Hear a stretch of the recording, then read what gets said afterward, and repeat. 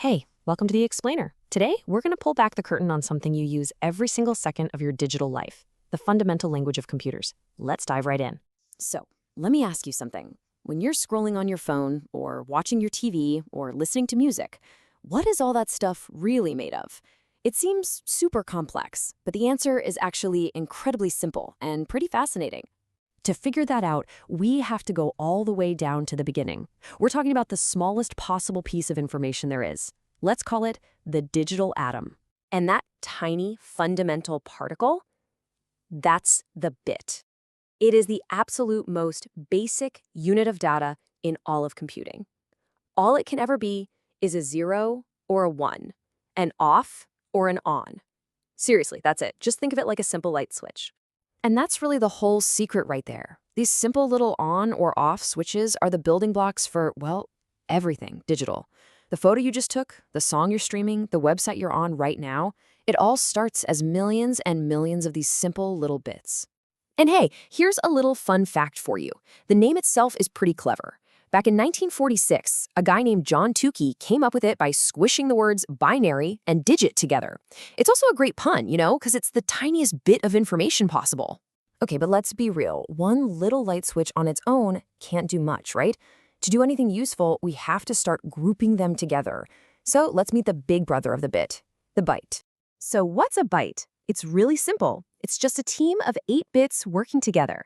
And its main job is to be just big enough to represent one single character, like the letter A, or the number 5, or maybe a question mark. Now, if you have 8 of these little on or off switches all lined up, how many different patterns can you make? It sounds kind of complex, but the answer is 256. With just that group of 8, a computer can suddenly understand 256 different instructions or characters. That's more than enough for every letter, number, and symbol we need. And get this, it wasn't always 8 bits. Some of the first computers used groups of 6 or 7 or even 9 bits as their byte.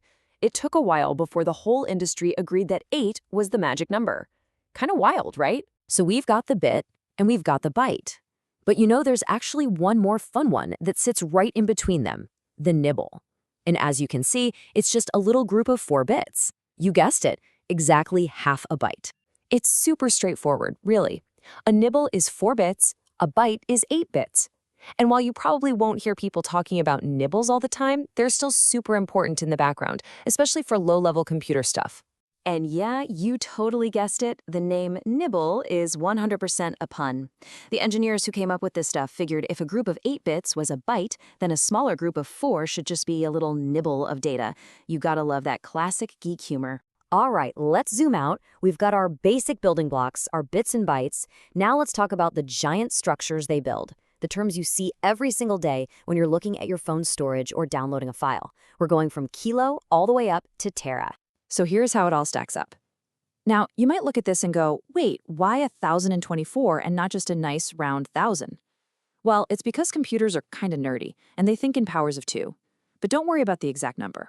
The big idea is that each step up, from bytes to kilobyte to megabyte to gigabyte to terabyte, is about 1,000 times bigger than the one before it. So what do these actually feel like in the real world? Let's make it simple. 1 kilobyte, or KB, is about what you'd need for one single page of plain text. That's it. Pretty small. Now, 1,000 of those gets you to 1 megabyte, or MB. A megabyte is roughly the size of a really nice, high-quality photo you take with your phone. Then we get to the one we all know, the gigabyte, or GB. This is the scale we live in. It's how we measure the storage on our phones that holds all of our apps, photos, and everything else. And finally, the terabyte, or TB. A single terabyte is just a massive amount of space. We're talking enough room to store hundreds and hundreds of full-length movies. This is what modern hard drives are measured in. Okay, so bit, byte, giga, tera, who cares? Why does any of this actually matter in your day-to-day life? Well, let's bring it all home. Well, because once you get this, you're suddenly in control. You actually know what's going on.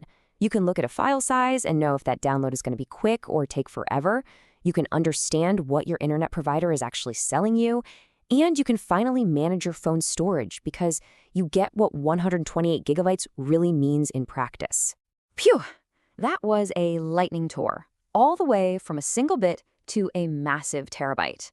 Let's do a super quick final recap just to make sure it all sticks. So let's lock it in super fast. Here's the cheat sheet. A bit is the smallest thing there is, just a 1 or a 0. A nibble is 4 bits. A byte is 8 bits. That 1 byte can represent 256 different things. And finally, all these units scale up, from kilo to mega to giga to tera, with each one being about 1,000 times bigger than the last. Simple as that. I'm going to leave you with this classic geeky line. There's no place like 127.0.0.1. For those who don't know, that's the network address for your own computer. In other words, home. It's the perfect little reminder that our whole digital world, from your computer to the entire internet, is all built from those simple little bits and bytes we just talked about. Pretty amazing when you think about it, right?